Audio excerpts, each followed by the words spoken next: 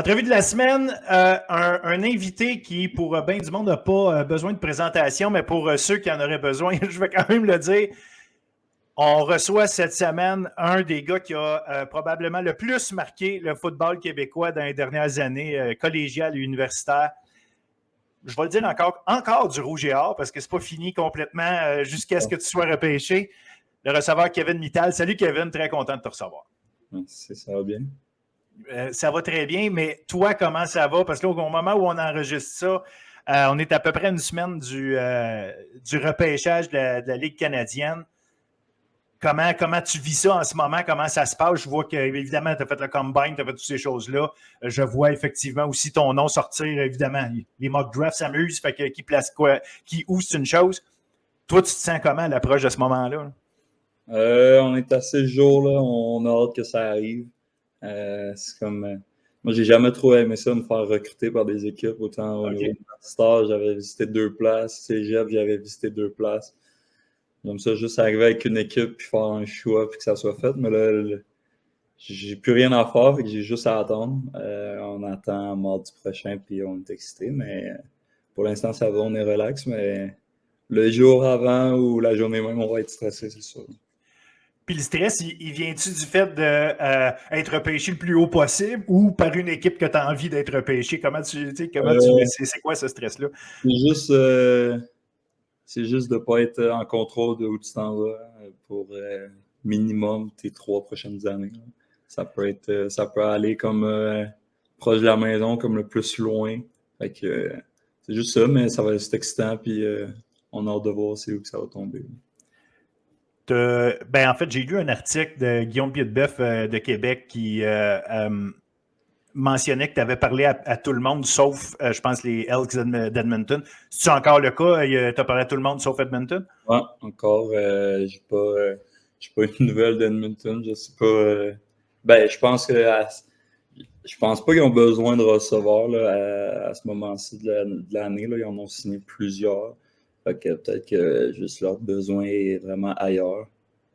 Ou c'est autant stressant, puis je sais pas comment les voir encore parce que on n'a pas parlé. Je pense que j'ai même pas salué aucun coach là-bas. Il y a comme une game qui se passe entre les entraîneurs là-bas, puis les GM. Il y en a qui te parlent, il y en a qui te parlent pas. Fait que, je sais pas. Pour l'instant, silence radio pour Edmonton. Puis les conversations, je comprends que c'est un peu touché dans le sens que n'importe qui peut te recruter, fait que tu peux. Mais est-ce que tu as eu des coups de cœur, si on veut, pour des personnes, parce que c'est pas tant l'organisation au complet, c'est peut-être l'organisation, mais as-tu eu des coups de cœur dans des conversations que tu as eues avec certaines équipes? Coup de cœur de personne, je pense, je dirais pas nécessairement en entrevue, mais vraiment juste pour son enthousiasme et qu'est-ce qu'il amène autour des gars. Je pense qu'il rentrait dans les vestiaires puis il parlait avec les gars. C'est le GM de Toronto, là, Pinball. Je pense que c'est un bon personnage, là, très enthousiaste, puis il parlait avec tous les gars. À la fin du combine, il était en train de plier les tables, puis il ramassait les tables comme le staff de la CFL. Là, toute personne ne comprenait. Il y avait ses 2 sacs Louis Vuitton dans l'entrée à terre, puis il a enlevé son manteau, puis il pliait les tables avec le staff. Fait que, c'est un bon vivant à l'aéroport aussi, il parlait avec tout le monde. Fait que je pense que j'irai avec lui. Hein. Si on fait un retour en arrière, on reviendra peut-être à ça, mais tu mentionnais tantôt, je trouve ça intéressant, quand tu jouais au secondaire, tu n'aimais pas te faire recruter, puis évidemment, comme tu le mentionnes, évidemment que pour la suite, qu'est-ce qui t'agaçait dans l'histoire de te faire recruter? Parce que tu restais un bon joueur qui avait en masse si on veut, de spotlight sur lui dans le milieu. Tu n'as pas développé ton talent il y a 1 an. Là. Ça fait longtemps, je pense que tu as des bons résultats partout où tu passes. Qu'est-ce qui t'agaçait dans le recrutement? Mais je pense que mon année secondaire 4, je pense que j'ai comme été sauvé par la cloche de mon année secondaire 5. Je pense que comme le règlement a comme changé quand je suis arrivé en secondaire 5, où je suis complètement dans le champ. Mais je sais qu'il y a une année, je pense que c'est en secondaire 4, quand j'étais en juvénile, que c'était vraiment intense. Ouais, les coachs avaient le droit de te parler, mais après ça, il y a eu le règlement qui faisait qu'il fallait attendre la fin de la saison de juvénile, c'est ça? Je pense que c'est mon année secondaire 5 qui a eu comme le switch de ça. Je sais pas, juste te faire. J'aime pas me faire dire ce que je veux entendre là, de mon sens du poil pour que je vienne. Des fausses promesses. On entendait toutes sortes d'affaires là, de tous les bords, de tous les côtés, là, à propos de tel coach fait ci, tel coach fait ça. J'étais un bon joueur. Je voulais juste aller dans une équipe que je pouvais jouer au foot. Moi, je voulais jouer au basket en même temps. Fait que je voulais une école qui pouvait m'offrir les deux. Je pense qu'il y avait Vieux-Montréal qui offrait ça. Les Géants de Saint-Jean, il y avait Lennox qui offrait ça. Puis, avec toute la vague de recrutement que Tony Adeluca est allé chercher l'année d'avant avec Notre-Dame Cactus puis les Loups de Curie-Antoine Labelle, c'est là que j'ai décidé d'aller à un bon cégep, un petit cégep privé, même si c'était loin quand même de chez nous. J'ai décidé de faire la route à chaque jour, là, 45 minutes quasiment, pour traverser l'île de Montréal au complet. Mais il m'offrait de faire les deux, puis à un haut niveau. Fait que c'est pour ça que j'ai décidé d'aller à André Grasset. Puis tu as eu une carrière formidable à Grasset. Le duo que tu as formé avec Jonathan Sénécal, les records sont arrivés, les grandes performances. Bol d'or est arrivé. Mais suite à ça, c'est vers les États-Unis que tu es allé. Tu es allé à Syracuse. Tu es resté là 1 an. Raconte-nous comment ça s'est passé par rapport à Syracuse, parce qu'encore une fois, si tu te fais recruter au cégep, vers le cégep, c'est une chose, mais la game à choisir son université, surtout si tu regardes vers la NCAA, là, tu sais, sky's the limit, au sens où il y a des centaines d'équipes, il y a tellement de places. Comment ça se passe pour toi à ce moment-là? Puis en plus, tu n'es pas allé jouer dans un prep school, fait que, parce que je sais qu'il y a beaucoup de monde qui aime en beurrer épais sur la visibilité que les prep schools te donnent. Ouais. Je pense que tu en avais en masse de visibilité pareil, mais comment ça s'est passé pour toi, justement? Puis qu'est-ce qui a fait que tu as choisi Syracuse? Juste commencé au début de ce processus-là, c'était avec Tony Adeluca. Lui, il voulait qu'il nous poussait pour qu'on aille faire des camps un peu plus aux États-Unis. Il y avait toutes sortes de programmes qui amenaient les joueurs à faire des camps, puis finir. Puis moi, je voulais pas faire tout ça. J'ai me faire recruter. Joe est quand même assez semblable là, comme personnalité que moi. Il parle un peu moins là, sur le terrain, mais... Ouais, on y revient là. Côté recrutement, puis toutes ces affaires-là, de se faire parler, on n'aime pas trop ça. Fait que une fin de semaine à l'été, il nous a amené, on a embarqué dans son auto, moi puis Joe, on nous a amené avec, je pense que la première été, il y avait Axel aussi, puis Samuel Makwanda. Puis Joe, je pense qu'il était encore au secondaire, on ne l'avait même pas, là, mais en tout cas, il avait embarqué, puis on avait été là-bas, on avait bien fait. L'été d'après, on avait retourné, il nous avait bien aimés. Puis au Spring Camp, je pense, après ma 2e saison, qui serait la première à Joe, avant la 3e, avant 2018, il y a eu quand même beaucoup d'intérêt. Là. Je pense qu'il y avait comme 6 équipes NCAA qui s'étaient présentées parce qu'ils faisaient comme le tour des cégeps là, à Vanier, à Vieux-Montréal et tout. Puis là, il a commencé à avoir de l'intérêt. Pour ma part, il y a eu comme... Il y avait beaucoup d'offres pour jouer linebacker, pour... je sais pas d'où que ça sortait. Là. Ils voulaient me voir linebacker. J'ai même fait un workout dans le gym à Grasset pour voir si j'étais capable de bouger comme linebacker, mais j'avais jamais fait de shuffle dans une boîte, puis avec des drills que je connais zéro. Mais c'est à cause de ta shape qui te disait d'essayer ça? Il voyait... parce qu'on peut en parler, peut-être on peut ouvrir la parenthèse. Il y a beaucoup de monde qui vont mentionner ça. Kevin Mittal, comment il va transposer sa game chez les pros, mettons, à cause que tu n'es pas un gars de 6 pieds 4, tu es un gars de 6 pieds 1, mais tu n'es pas un 5 et 9 non plus, tu as une bonne grandeur, mais tu es costaud aussi, tu sais. Ouais. Des fois, tu as des gars de 6 pieds 3 qui pèsent 200 livres, toi, tu es 6'1, 220. Fait que je pense qu'il y a comme un élément aussi de shape, peut-être, qui c'est ça, depuis, ça a toujours été, ça me ferait, parce que c'est tout le temps la même discussion depuis que j'ai commencé à jouer au secondaire en secondaire 3. Sur la 3, c'était correct, là, mais mettons sur la 4, 5, c'était comme là, il commence à être trop gros pour jouer receveur. Au cégep, je me le faisais dire, tu sais, pas mes coachs, mais comme tout ce que j'entendais à Team Québec, puis tout, là, tu commences à être gros pour être receveur, peut-être aller running back, des affaires même, ou aller en defense. Mais comme ça m'a suivi depuis comme secondaire 4, puis là, je suis rendu que je vais jouer pro, puis c'est encore la même discussion. Mais à tous les niveaux, j'ai prouvé que je pouvais jouer cette position-là. Je sais pas pourquoi c'est encore une discussion. Je pense que j'ai mis clair que je peux jouer recevoir. Puis Moi, ça me fait. Je vais rester receveur, puis c'est juste. Je sais pas, ça a tout le temps été comme. Ça fait longtemps que le monde me parle de mon poids et de ma grandeur, mais comme. Si je pense que je suis capable de jouer, il ne devrait pas avoir de problème. Ben, c'est intéressant parce que ça prouve que le monde puis, tu sais, il y a des bons coachs, je te l'ai parlé, là, à Team Québec, puis à des bons niveaux. Fait que, tu sais, c'est pas des coachs qui n'ont pas vu ou un observateur juste pour le fun qui te lance ça. C'est beaucoup de monde qui s'arrête à la shape d'un gars pour savoir où le placer. Puis c'est intéressant quand même de voir qu'il y a quand même ces schémas de pensée-là chez bien du monde. Oui, puis, d'aller au-delà du skill comme tel, parce que tu attrapes les ballons, tu cours avec, puis tu fais tes routes. Là. C'est ça, je me disais. Puis depuis, je pense, Cégep, la seule personne qu'on dirait qu'on avait vu, je ne sais pas si c'était au Québec, si on peut dire ça comme ça, mais qu'on avait vu à cette shape-là puis performer, c'était Régis Sibassou à Montréal. J'étais constamment comparé à lui. Puis regarde, là, aujourd'hui, il est rendu à sa 5e, 6e année à la CFL. Fait que, pour l'instant, le poids, il va bien. Il est encore en attaque. Ouais, c'est ça. Fait que Syracuse, eux autres, t'as fini par décider d'aller là. Est-ce que, justement, est-ce que c'est un processus que tu as décidé, bon, Syracuse t'a donné ce que tu voulais, t'offrait ce que tu voulais, puis rapidement, un peu, tu me mentionnais Jonathan Sénécal, t'es un peu comme toi. Tu sais, je me rappelle que Jonathan, quand il avait pris sa décision, c'était, je veux régler ça au plus vite. Ouais. Il avait trouvé une bonne place, puis il a dit, OK, je vais aller là. Est-ce que c'était un peu cette même approche-là? Tu n'avais pas le goût de commencer à parler aux 6 équipes, une après l'autre, puis... oui, mais tu sais, j'ai jamais fait une official visit. Il y a plein de gars qui se promènent, ils vont faire toutes les visites, puis ils te payent tout, puis ils te montrent tout comment c'est extravagant, les installations, puis ils t'emmènent voir une game de basket. On voulait pas ça du tout. Moi, Syracuse, en fait, le penchant, c'était vraiment, il y avait des Québécois.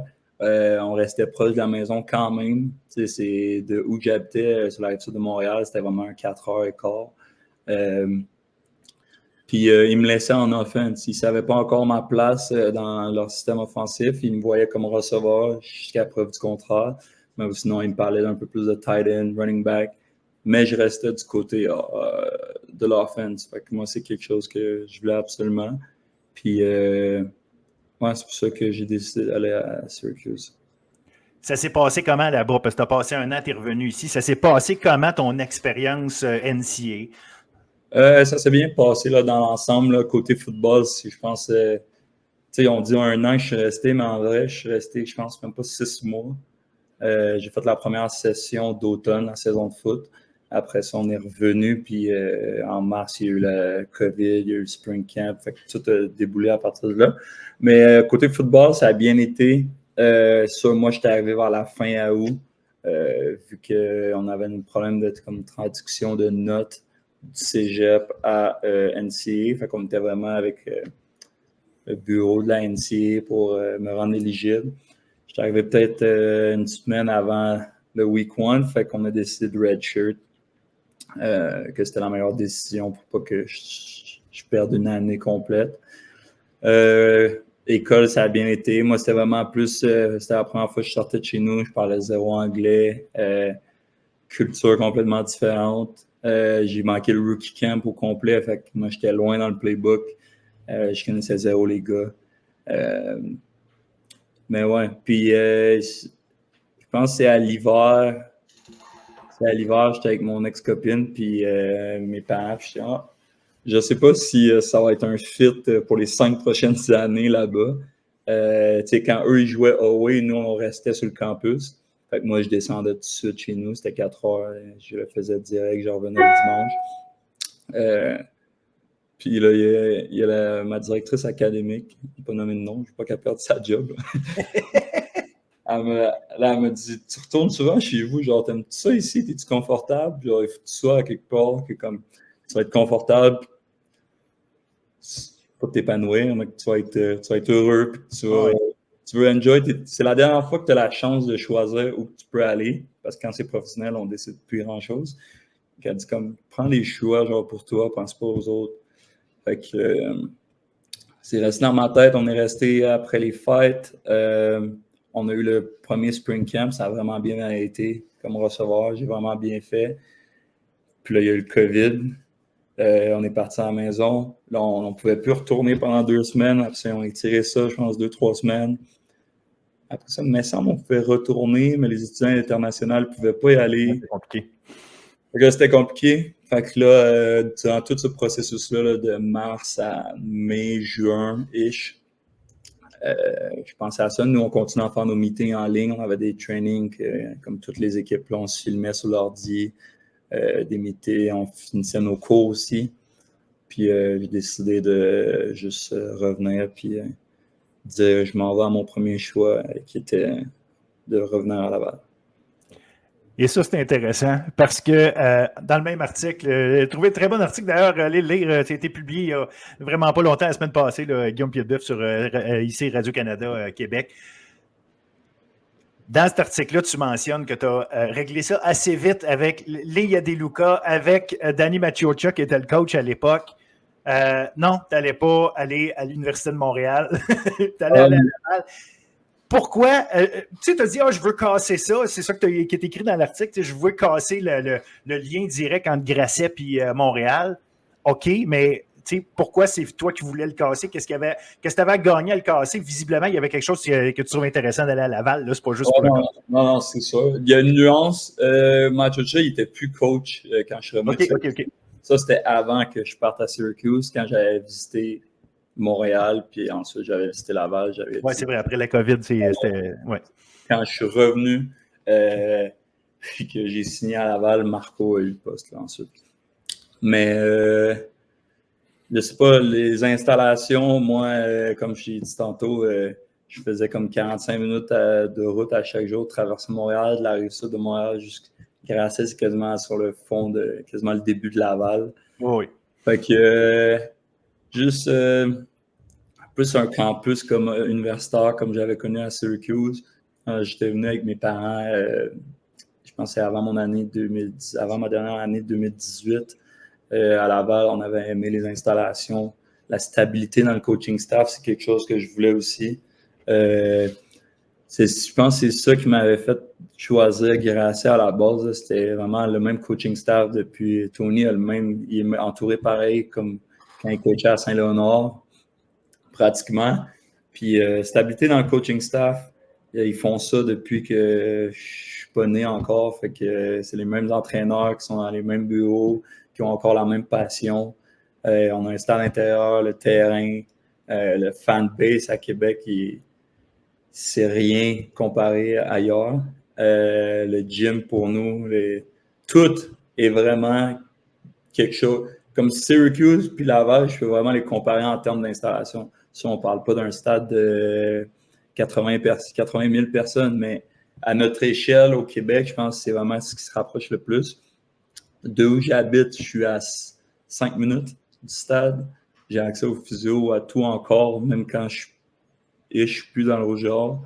Fait que je pense que c'est pour tout ça. Ça me tentait de sortir de l'île de Montréal, voir d'autres choses, puis Québec m'intéressait. Je vais te poser une question qui peut paraître touchée, puis à toi de me dire si on peut aller là.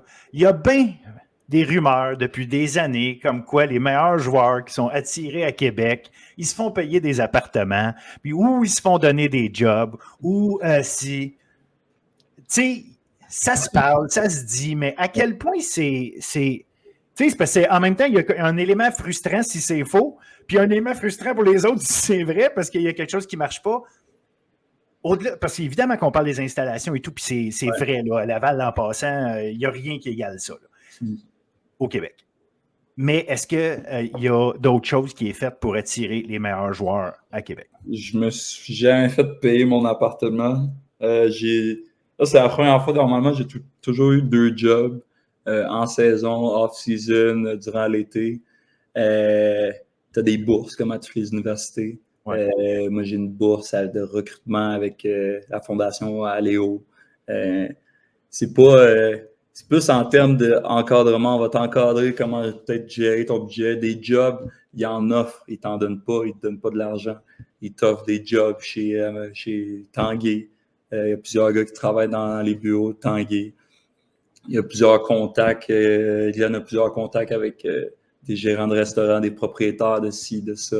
c'est quand même un gros nom à Québec. Fait que s'il y a un gars qui cherche une job, surtout des gars qui viennent de l'extérieur, ils priorisent ces gars-là pour essayer de bien les placer.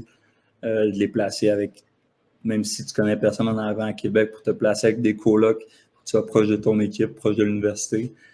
Il n'y a rien qui est donné, ça me fait rire. Là, comme si, Non, mais c'est correct. Je fais exprès de poser la question parce que je trouve ça important que ça vienne de gars qui sont potentiels. Regarde, je prends un gars si t'en veux un qui a un talent particulier, puis c'est toi, je sais que t'aimes pas te faire flatter dans le sens du poil, mais j'ai le droit de le faire pareil. Fait que l'idée, c'est... Je pense que t'es, mettons, le cas typique de OK, lui, on veut absolument l'avoir, fait qu'on va lui dérouler le tapis rouge, puis on va tout lui donner. Fait que c'est vraiment quelqu'un à qui il aurait pu donner quelque chose, c'est un gars comme toi. C'est pour ça que je me permets de poser la question. Non, c'est correct, mais tu vois, il y a du monde qui me disait que je faisais quasiment le salaire d'un contrat recru dans la CFA en venant ici. Que quand j'allais à Place Laurier, Place Sainte-Foy, tout m'était payé. Que Jacques, il me faisait des virements intérieurs. Comme on l'a déjà tout entendu aussi, mais j'ai toujours travaillé 2 jobs. Je me suis tout le temps levé à 5 h du matin pour aller travailler. Puis je travaillais dans un restaurant, puis des heures pas possibles. Fait que on peut pas contrôler tout ce que le monde pense. Là. Mais non, il n'y a pas de... On est comme les autres universités, tout est politique, tout passe par l'université s'il y a des bourses qu'un joueur peut avoir accès. Mais il n'y a rien de...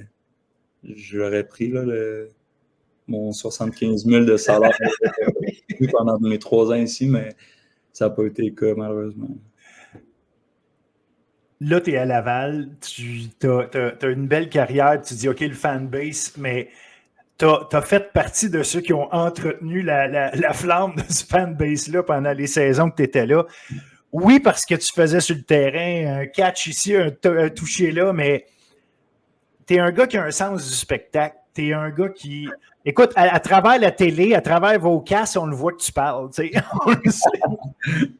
Est-ce que tu es le meilleur trash talker du football universitaire québécois? Sinon, c'est qui? Si c'est pas toi, parce qu'il y a quelqu'un qui te répond, c'est sûr. Je vais y aller avec moi. Mais vraiment proche de moi. Je vais mettre Harold Backer de Montréal. Harold Nielsen, OK. Moi, la phase que dans mon trash talk, j'ai dit ça s'étire sur toute la game. Normalement, les gars, ils parlent début de game ou halftime, ils commencent à être brûlés, fait qu'ils économisent sur leur énergie, puis ils commencent à moins parler, puis souvent le score, il fait un écart. Fait que moi, c'est vraiment de A à Z, je peux te parler toute la game, mais Harold, il y a du gaz pour ça, là, pour parler toute une game. Je pense que maintenant que je me retire du football universitaire, c'est officiellement lui. OK. Parce que tu n'as pas trouvé ton dauphin là-dedans. Les prochains receveurs du Rouge et Or, ils n'ont pas embarqué là-dedans. Non, ça va changer drastiquement là, de l'année prochaine. Tes coachs, ils disaient quoi de ça? Parce que j'imagine qu'à quelque part, si tu es capable de backer tes paroles, on va te laisser un peu plus aller. Mais il reste que des fois, tu peux donner du jeu à l'adversaire. Puis je vais parler de Montréal surtout parce que tu le mentionnais. Contre certaines équipes, à un moment donné, l'écart se faisait. Fait que, mais contre Montréal, la game, à chaque fois, tu le savais que c'était wire to wire. Là, ça n'allait pas. Puis surtout en éliminatoire.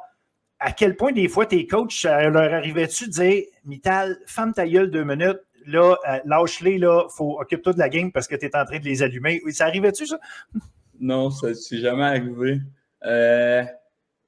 C'est jamais des allumés. Je pense qu'ils ont compris que ma game, puis même dans les pratiques, les spring camps, ça brassait souvent parce que j'arrêtais pas de parler, puis j'essaie juste de rentrer dans ta tête. J'essaie de te rendre fâché pour quand tu es fâché, que tu joues plus intelligent, que tu fasses des erreurs. Comme un DB, si tu rentres dans sa tête, c'est sûr, il va essayer de te coucher, il va essayer de faire des gros. Mais c'est là, à ce moment-là, que je sais que tu es fâché, tu vas tout. Tu sais, c'est arrivé une couple de fois là, que les DB m'attendaient, puis ils essayaient de me pousser à 2 bras, puis c'était comme, je sais que tu es fâché, puis tu vas manquer ta technique. Tu essaies juste de faire des gros jeux pour me le rappeler, mais c'est vraiment de rentrer dans sa tête un peu, puis commencer à jouer avec lui. Ça a été ça depuis, je pense, secondaire même. J'ai des photos qui me font rire, là, de genre quand j'ai commencé à jouer au foot à comme 7-8 ans. je parlais déjà, puis il y a des photos que je suis par-dessus du monde, puis je regarde. Donc, ça date de longtemps. Moi, je pensais que c'était quand même récent. Mais non, ils n'ont jamais rien dit, je pense. Si ça aurait été une problématique si j'aurais commencé à prendre plusieurs flags. Je pense en 3-4 ans à Laval, 3 ans. Je pense que j'en ai eu un à Dunsmore l'année passée. Pas nécessaire. Puis c'était même pas parler, c'était vraiment finir un bloc puis juste le repousser à la fin. Mais parler, puis j'ai su, les moments qui en parlaient, j'ai su naviguer à travers les arbitres pour pas prendre de flag. Mais il y a eu plusieurs situations, mais jamais un coach m'a dit. Les coachs savaient que c'était ma game d'essayer d'entendre leur tête. Moi, ça me primait encore plus. Ça primait les gars de l'équipe quand ils me voyaient parler. Ils savaient qu'il fallait qu'ils me back de qu'est-ce que je dis pour pas que j'en l'air. Oui, c'est ça aussi. Là. Parce que j'imagine que pour certains gars aussi, des adversaires vont dire OK, Mittal, je pourrais pas me battre avec de toute façon, mais je vais me revenger sur l'autre à côté. Fait que... Ouais, les gars, ils ont été bons. Ils m'ont souvent backé dans des conneries que j'ai dit. Pas que j'ai l'air d'un épais, mais non, les coachs n'ont jamais rien dit. Je pense que s'il y aurait eu un problème de pénalité, qu'à chaque game, je prends un 15 verges, là, peut-être Glenn m'aurait dit reste tranquille un peu, là, on n'a pas le temps de prendre des pénalités. Mais ça n'a pas été un problème. Puis je pense que ça a fonctionné autant pour des joueurs que des entraîneurs. Fait que je continue à faire ce que je faisais bien. J'ai une autre question, celle-là, tricky pour toi. Jonathan Sénécal ou Arnaud Desjardins? Arnaud aurait pu être un Ed Crichton mon année. Là. Je pense que les discussions étaient vraiment... J'aimerais ça savoir c'est qui a discuté quoi puis comment ça s'est décidé. Parce qu'autant Jeff Russell du RSEQ que le Ed Crichton, je pense que les deux, il aurait plus splitté les deux trophées pour cette année-là. Autant qu'Arnaud a connu une saison incroyable à distribuer le ballon à des bons receveurs, que j'ai connu personnellement une bonne saison comme receveur. Joe l'a gagné l'année d'après. Mais tu sais, toi, là, parce que tu sais, statistiquement, puis regarder tout ça en général, c'est une affaire, tu sais. Mais, OK, je vais poser la question autrement, parce qu'au-delà de savoir qui est le meilleur, le débat ne sera jamais fini. Toi, avec lequel, puis je sais que tu es rendu plus vieux, tu as plus d'expérience, fait que peut-être qu'il y a des choses que tu as développées aussi, mais avec lequel tu as eu la complicité la plus évidente, avec lequel vous vous retrouviez, que c'était clair que, tu sais, à la limite, vous auriez pu improviser ensemble certains jeux puis dire, OK, on se regarde du coin d'œil, on a compris qu'on ne pourra pas faire ce que le jeu était dessiné, mais on fait d'autres choses puis on se comprend. Cette complicité-là, as-tu réussi à l'établir à un point élevé ou égal avec les deux? Y en a-tu un qui c'était plus facile? Ou... Je vois pas le même genre de carrière là, entre les deux. Ça, Joe est plus flashy, il est plus... il peut courir, il fait des spin moves. Joe, il fait du Joe Sénécal. Arnaud est vraiment plus posé dans sa pochette. Il fait des bonnes lectures. Il sait à qui envoyer le ballon. Très intelligent, très cérébral. Joe, ça a été... je pense qu'on ne jouait pas encore ensemble. On venait de le recruter à Grasset. Puis on était sur son recrutement. Là, je ne sais pas pour qu'il s'en vienne à Grasset. Autant moi que Tony. Là. Je pense que la première fois qu'on a joué ensemble, c'était à Team Québec, à Winnipeg, ma deuxième année de Team Québec. Puis lui, c'était sa première, je pense. Puis je me rappelle juste un jeu là, qu'on a fait. On a fait une complétion de comme 45 verges. Mais c'était comme un bender qui a fini, qui a roll out. Puis on s'est regardé, puis il a juste pointé. Puis en tout cas, ça a fait un gros gain. Puis là, j'ai dit, OK, genre, c'est ça, on va connecter plusieurs fois au prochain niveau. On peut faire de bonnes choses ensemble. Fait que je pense pas que c'est le même genre de carrière. Je pense que le débat va être terminé à la fin de la saison prochaine, quand les deux carrières vont avoir fini leur carrière U-Sport. Puis là, vous allez pouvoir prendre les deux CV puis les comparer. J'ai connu du succès avec les deux. Fait que je peux pas décider ça va être lequel des deux. Le CV va parler de lui-même, la feuille de route, puis qui va pouvoir avoir une chance au prochain niveau. Je pense que c'est ça qui va déterminer ça va être qui le meilleur carrière du U-Sport. Ensemble, justement, tu en as glissé un mot. Ensemble, vous avez connu une saison 2022. Puis ensemble, avec bien d'autres gars, là, en fait, tout le rouge et or, là, on ne commencera pas à nommer les 100 gars qui ont peut-être porté le chandail à un moment donné. Mais ce que je veux dire par là, c'est l'année 2022 a été extraordinaire pour le rouge et or. Arnaud et toi, vous avez connecté assez souvent pour te permettre d'établir des records. Oui, tu as gagné le Creighton puis le Russell au Québec, puis même je suis d'accord avec toi qu'effectivement, souvent ça arrivait que le monde se demandait si c'est Arnaud ou c'est toi qui le méritais. Et je pense que les deux réponses auraient été bonnes. Mais en plus, vous aviez un Kalinga Muganda qui est arrivé dans la saison, qui à un moment donné a changé des choses aussi. Il est arrivé plein d'affaires où est-ce que c'est ta saison préférée dans le football? Parce que les résultats sont là, oui, mais à quel point vous aviez du fun ensemble, à quel point ça a été agréable de faire cette saison-là. Puis, en menant tout ce que ça a amené, parce que la raid en éliminatoire, là, oui, il y a eu la Dunsmore, mais après ça, la demi-finale, la Coupe Vanille, ça n'a pas tout été des matchs faciles, loin de là. Puis, en termes de souvenirs, c'est une chose, mais est-ce que ça a été ta saison préférée? Je pense que oui, mais c'est ce qui se rapproche de plus de mes souvenirs. Fait que c'est sûr, je vais dire oui. Je me rappelle aussi à Grasset, je pense que c'était un gros processus. Ça a été avec les mêmes gars pendant 3 ans. Les mêmes gars qui ont signé en même date que moi, qui ont cru à Anthony Adeluca, qui sont entrés dans ce programme-là, que ça faisait 1 an, 2 ans qu'ils étaient en Division 1. Je pense qu'il y a beaucoup de gars qui se sont juste pitchés à Grasset, puis ça a donné de bonnes choses. C'est des Rochelot, puis des Bruno Lagacé, des Axel, des Makwanda qui décident d'aller dans une équipe qui viennent de rentrer en Division 1. Je pense que ça en dit grand sur le personnage qui est Tony Adeluca. Puis tu amènes moi là-dedans, tu as amené Joe, tu as amené William Marchand, des Rangers, des Emilio. Puis de partir de notre première saison 2016, puis disons, on les a gagnés à tous les niveaux, mais là, Division 1, ça va être de plus en plus dur. Recruter Joe, puis là, on commence à être stack, on commence à avoir une chimie d'équipe, le vestiaire commence à se recoller un peu. Il y a des gars qui ont commencé en Division 2, pas qu'on ne l'avait pas en 2016, mais il y a des gars qui avaient signé pour être en Division 2 quand ils étaient rentrés. Fait qu'il y avait comme un genre de gap qu'il fallait fermer avec les années. Deuxième année, ça a comme été l'année de transition, puis en 2018, ça a été juste une année incroyable. Je vois cette saison 2018-là un peu comme 2022. Grasset, on n'avait jamais gagné en Division 1, fait que c'est pour ça que je l'aime particulièrement. Laval, sont juste habitués de gagner. Quand Laval ne gagne pas, c'est comme le monde sont surpris. C'est une culture gagnante.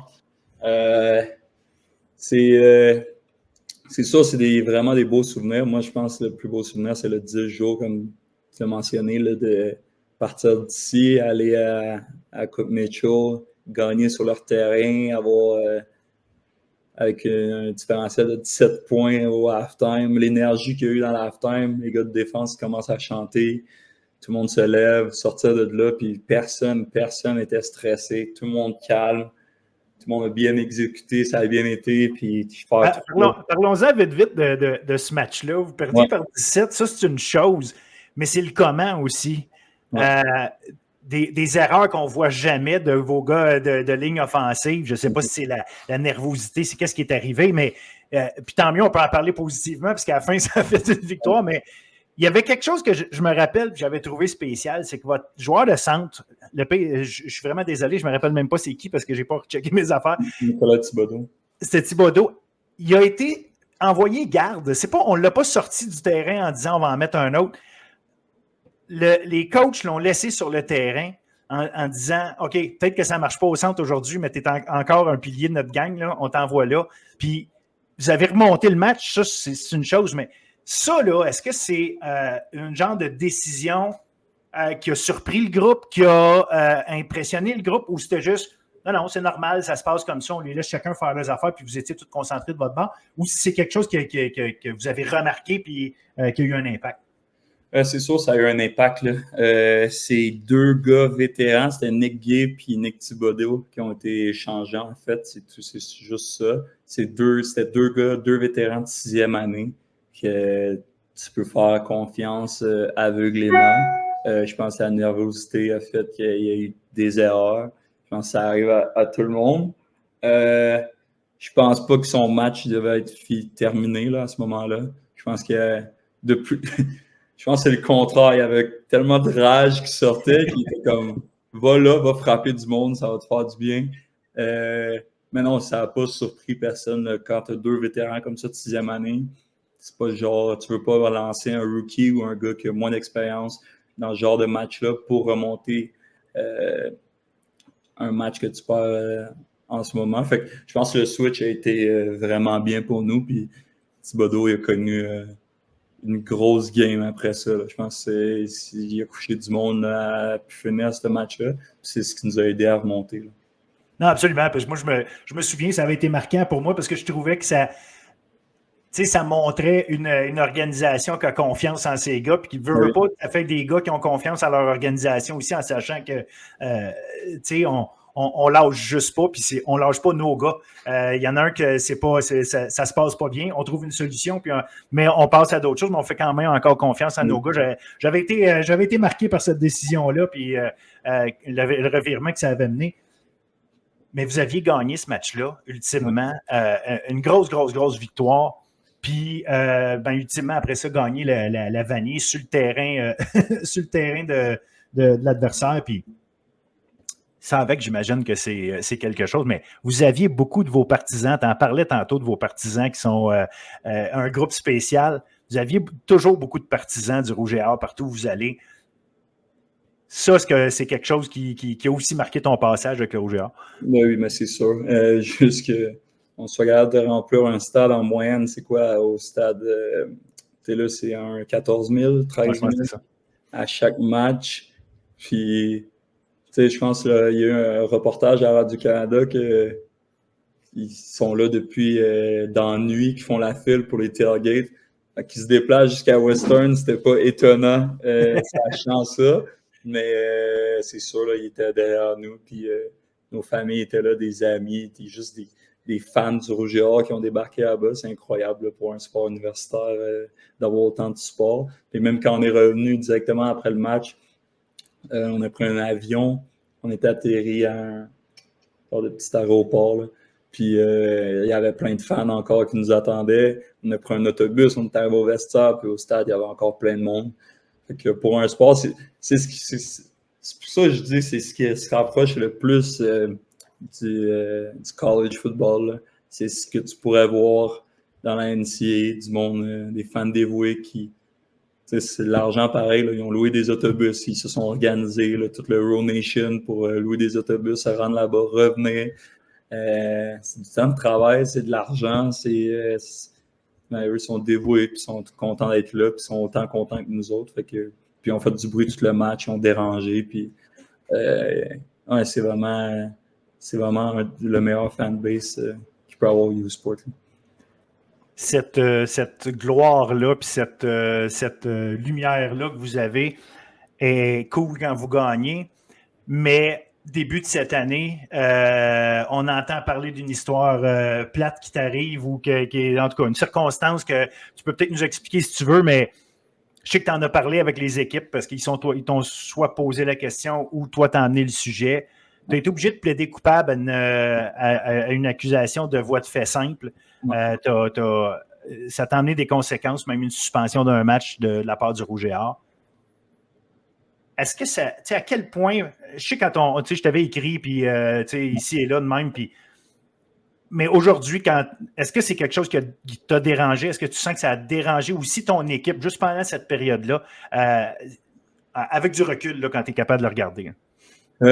Ça m'a dérangé. Je pense pas tant que ça m'a dérangé. Est-ce que ça a dérangé? C'est sûr que ça a dérangé. L'université, il fallait qu'il soit là-dedans. Julie Dion, il fallait qu'elle soit là-dedans. Glenn, il fallait qu'il soit là-dedans. Tout ça, c'est du temps qu'ils ne mettent pas ailleurs. Fait que c'est sûr que ça a dérangé. Est-ce que ça a dérangé l'équipe? Je pense pas plus que ça. C'est une situation qui est arrivée il y a 2 ans-ish et demi auparavant. Le monde était déjà pas mal au courant là, de ce qui se passait. Mon avocate, elle avait déjà le dossier quasiment réglé. Quand c'est sorti, je pense que Je pense que ça a été bien sorti. Elle a fait son travail de journaliste, elle l'a sorti. Moi, je pensais que ça allait sortir le 7, puis ça nous a comme surpris. On pensait que ça allait sortir le jour qu'on passait en cours, mais je pense que ça a plus amené une énergie négative autour de moi que ça l'a amené. Mais tu sais, moi, j'ai été habitué de prendre le hit, puis avoir l'attention. Non, mais c'est un hit différent. C'est pas j'ai raté un jeu, c'est pas j'ai trop parlé, c'est pas on a perdu une game. Ça devenait mettre la lumière sur un bout qui n'a rien à voir avec le football à la base. Du moins, je pense pas. Puis, tu sais, comment je pourrais dire, on gère les affaires autrement aussi. Là, veux pas, t'as beau avoir ta personnalité, puis ça reste un cas tellement particulier. C'est pas comme si tu étais habitué de gérer que tu es devant les tribunaux, puis tu as des médias qui courent après toi pour savoir qu'est-ce que tu as à dire là-dessus. Mais, mettons, pour ça, c'était pas un stress pour moi. Mais je pense plus pour les autres équipes quand on allait jouer à l'extérieur, je leur donnais du gaz. D'habitude, c'est moi qui ne se fais pas attraper, fait que là, ils vont en beurrer épais. Mais tu sais, à ce que je m'attendais, je pense pas que ça m'a dérangé personnellement, mais je pense définitivement que ça a mis un esprit négatif autour de moi. C'est une histoire que tu as le droit de raconter ou qu'il y a un disclosure ou en tout cas une clause de confidentialité ou quelque chose? Ou, On ne rentre pas trop en détail quand ça vient à les médias. Les détails ont tous été rencontrés de A à Z avec les équipes. La seule affaire que je peux dire, il y a beaucoup d'affaires de médias qui voulaient sortir. Je comprends les clickbait, là, qui voulaient sortir comme quoi que c'est deux gars du Rouge et Or, puis que le Rouge et Or essaie de camoufler l'affaire, puis que le Rouge et Or a fait ci, puis ça, puis que le Rouge et Or devait sortir, puis pas essayer de sauver son joueur vedette. Le Rouge et Or n'a absolument rien à faire là-dedans. L'autre personne, là, c'est quelqu'un qui a été au Rouge et Or. Ça fait, je pense, 6 ans qu'il est au Rouge et Or.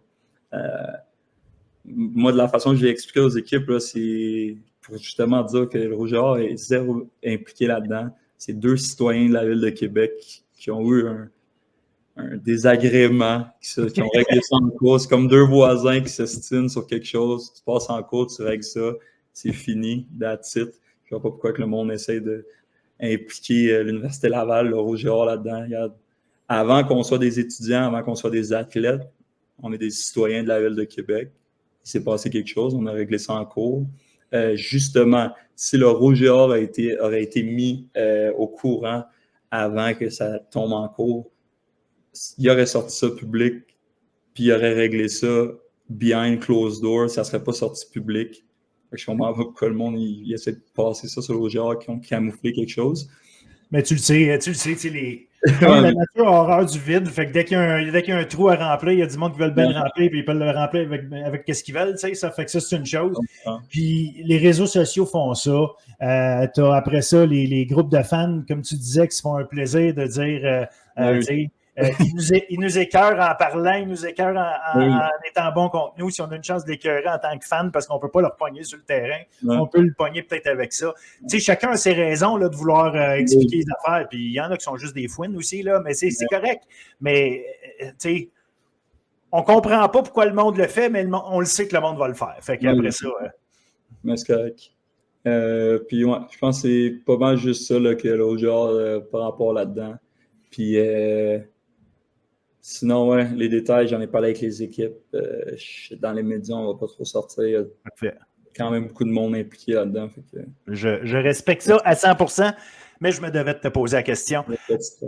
Mais cette année, par contre, au-delà de ça, vous veniez de gagner le championnat, la Coupe Vanier, mais vous êtes arrivé, et cette année, l'année d'avant, c'était les Carabins qui avaient subi beaucoup de blessures, bien des gars importants. Cette année, c'est à vous autres que c'est arrivé, ça. Ouais. À quel point c'est frustrant. Puis là, toi, tu savais probablement que c'est ma dernière année, c'est ça. Je n'ai déjà gagné un, fait que j'ai envie d'en gagner un autre. Tu as ta gang avec toi. Puis à quel point ça, c'est frustrant pour le groupe. Tu sais, individuellement, tu as eu tes blessures à toi. Là, je t'ai vu te promener avec ton genre de petit basic que tu te mets un genou dessus. Puis, mais tu sais, ça, c'est une affaire. Mais l'autre chose, c'est ça. C'est la quantité de gars aussi qui ont subi des blessures, qui ont fait que l'équipe n'a pas pu faire former à son plein potentiel. Comment vous le viviez en dedans, ça, cette frustration-là? C'est ça, c'est frustrant. Là. Tu veux t'en aller à une game, tu sais jamais. Autant frustrant pour les joueurs personnellement qui veulent être sur le terrain, aider leur équipe, que pour les entraîneurs, pour un game plan. Comment que tu fais? Il y a des gars qui...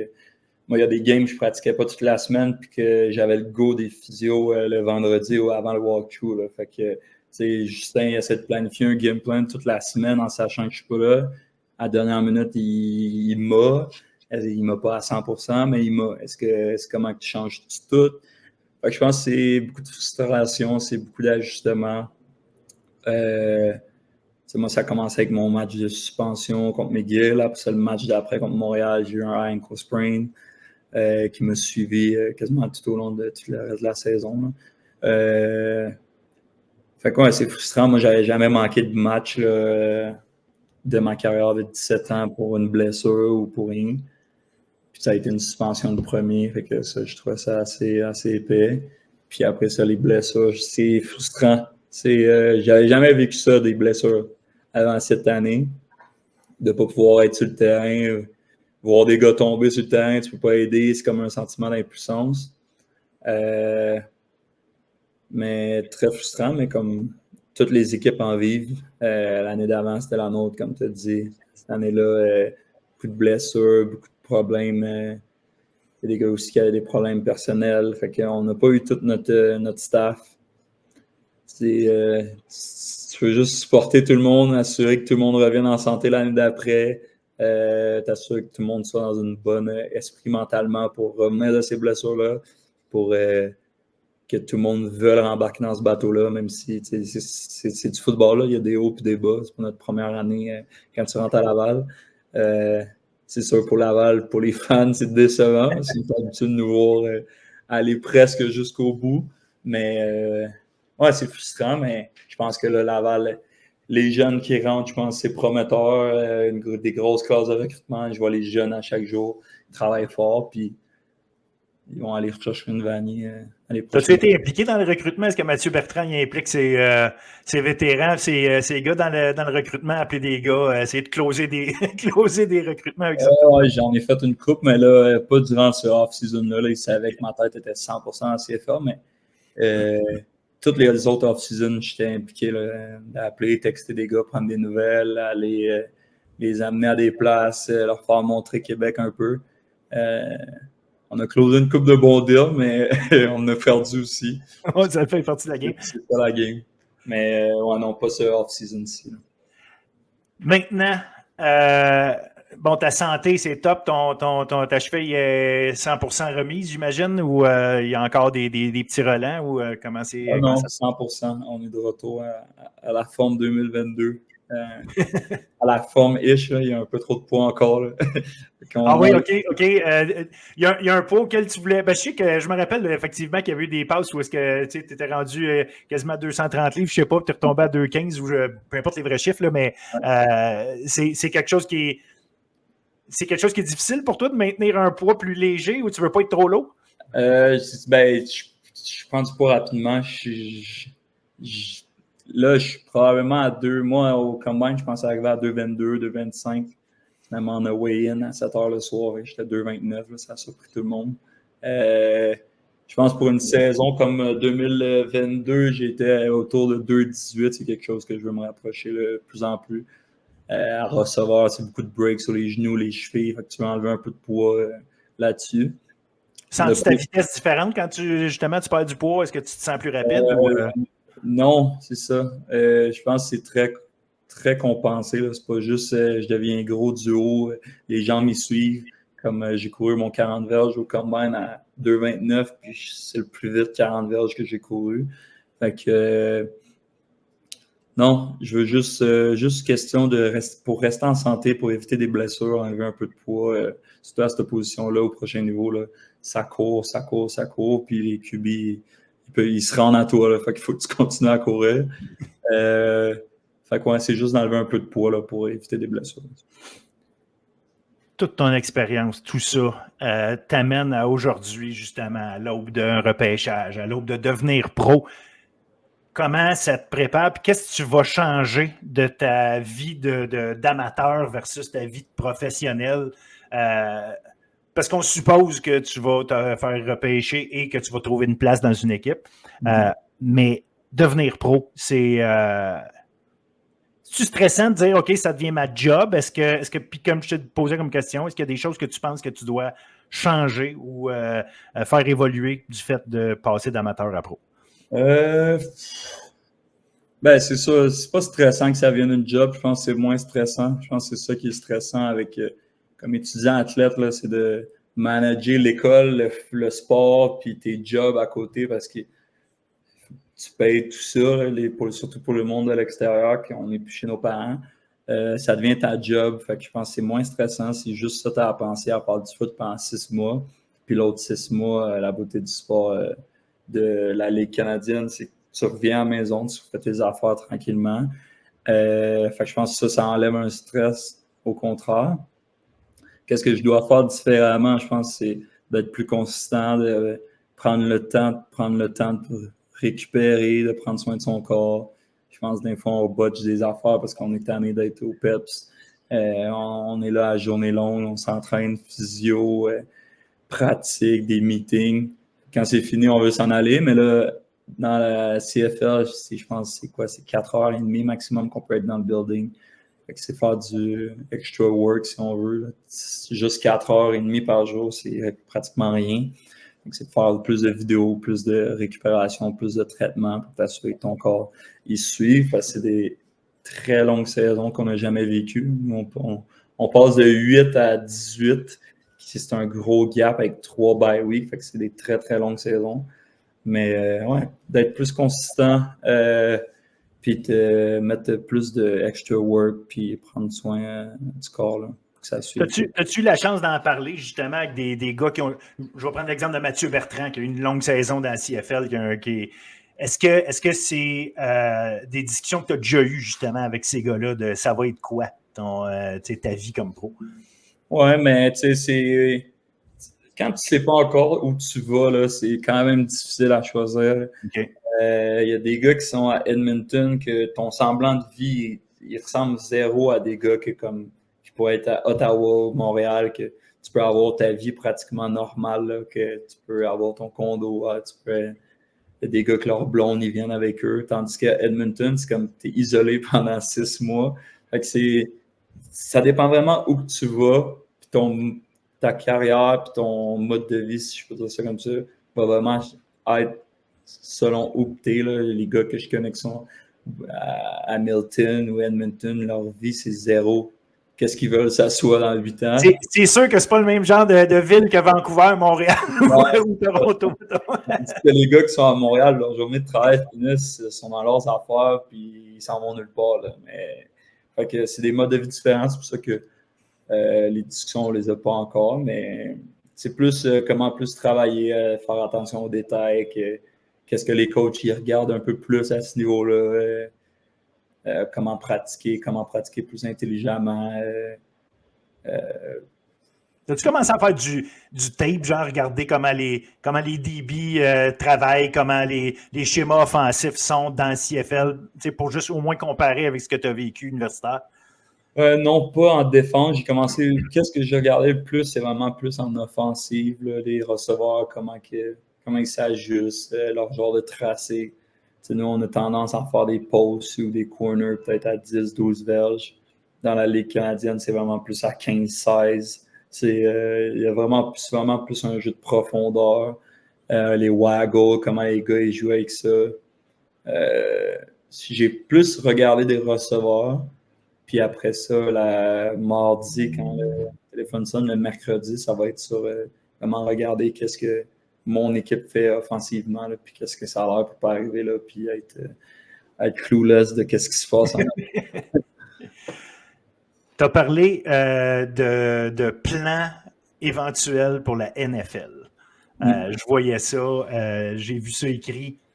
Tu as quelque chose en tête de comment tu veux essayer de te projeter dans la NFL?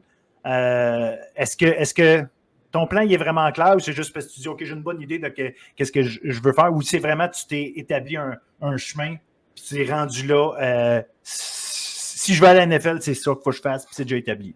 Il n'y a pas de chemin tracé. Là. Tous les chemins vont mener à Rome. Peu importe lui que je veux.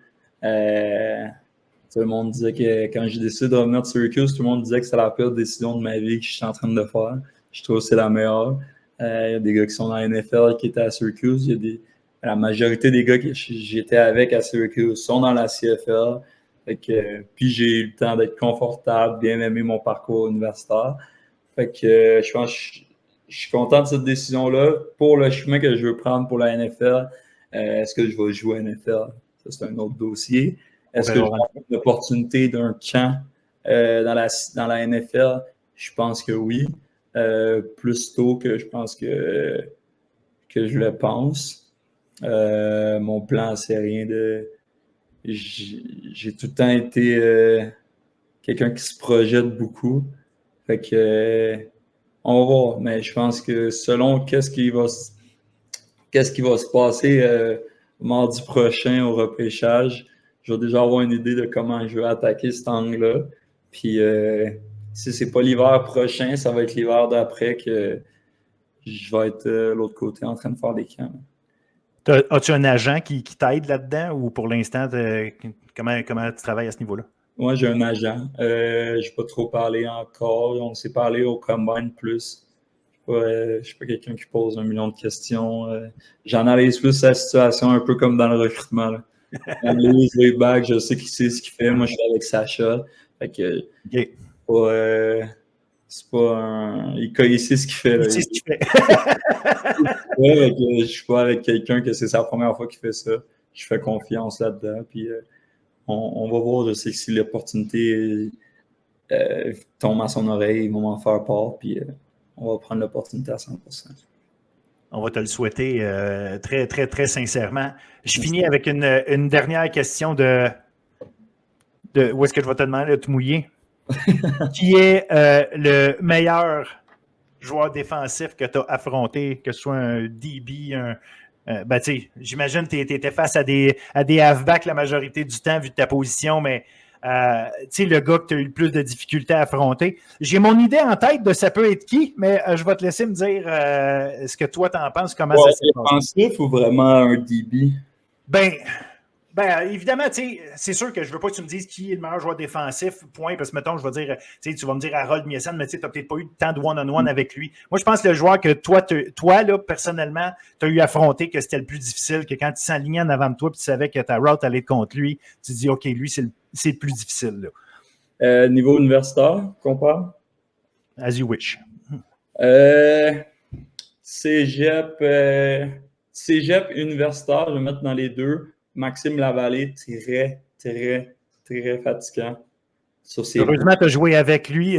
Il t'avait pas à l'affronter. Mais j'ai affronté au cégep, puis j'étais tanné d'un fois. OK. Très rapide, très... il sait ce qu'il fait, il est très, très intelligent. Il break rapidement. Pas dans mon équipe. Et il y a Ben Labrosse qui est très bon, très athlétique. C'était mon choix. C'était mon choix quand j'ai vu Ben Labrosse.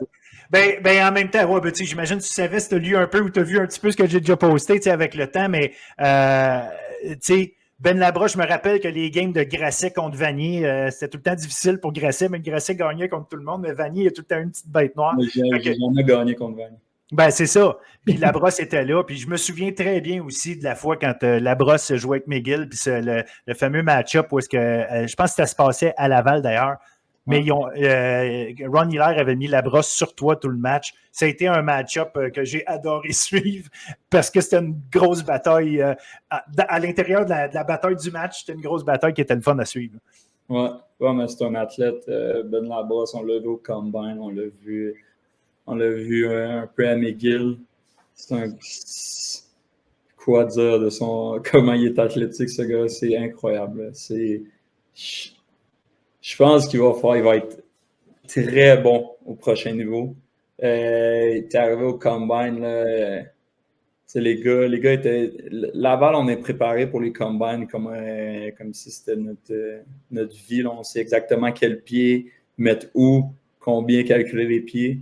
Ben est arrivé tel Ben arrive à quelque part, un peu nonchalant, pas de technique dans ses tests physiques et tout, mais les meilleurs temps que comme j'ai vu de mes yeux, c'est ça effortless là, il est juste athlétique. Je pense qu'il va sortir tôt le mardi prochain là, parce que il peut être sur un terrain de Ligue canadienne, je pense, assez tôt. C'est un objectif pour toi de sortir, mettons, le premier gars U-Sport qui sort versus les gars de la NCAA. Y a-t-il quelque chose pour toi là-dedans que tu t'en vas, qui a une valeur pour toi? Ou... Pas vraiment, là, on n'est pas NFL, il n'y a pas des signing bonus de fou. Là. Puis, tu sais, la réalité du repêchage de la Ligue canadienne, c'est que, comme c'est ça là, que tout le monde se pose des questions, il y a des mock drafts, puis il y a vraiment des rankings. Ouais. Il faut faire la différence entre les deux. Là. Mock draft, c'est vraiment qu'est-ce qu'ils pensent qu'il va sortir le 30 avril. Oui, parce qu'évaluer les besoins d'une équipe, là, tu te dis, eux autres, ils ont besoin d'un receveur, fait que Mittal est probablement un meilleur choix que le O-line. Là-dedans, ils mettent les gars qui s'en vont directement à NFL un petit peu plus bas parce qu'ils veulent. Tandis qu'un ranking, c'est vraiment les meilleurs gars de ce draft-là. Puis je pense que la nuance a mal été faite à quelque part. J'entends plein d'affaires, mais de ranking, je pense qu'il y en aurait. Dans le U-Sport, je pense qu'il y en aurait beaucoup. Je pense juste aux gars, aux deux O-line de UBC. Ouais. Je pense que je sortirais le 4e, 5e du U-Sport si ces gars-là étaient mis de l'avant dans le mock draft.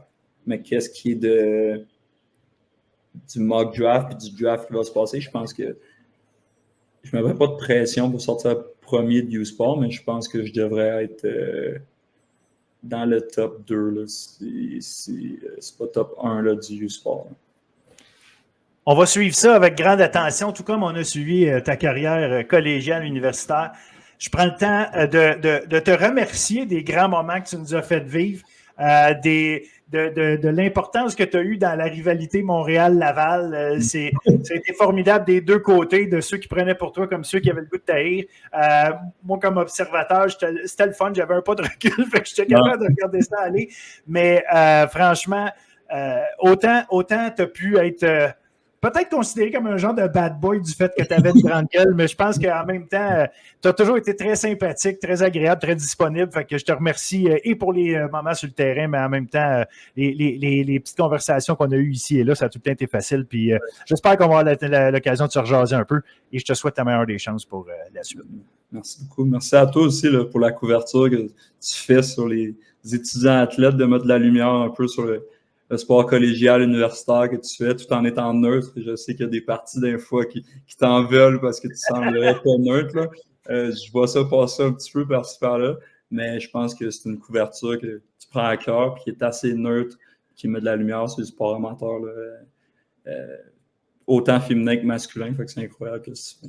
Ben, merci beaucoup, c'est vraiment super apprécié. Je te remercie encore d'être passé au podcast. Franchement, une entrevue super agréable. Merci. À très bientôt, mon cher. Puis encore une fois, la meilleure des chances. Merci. À bientôt.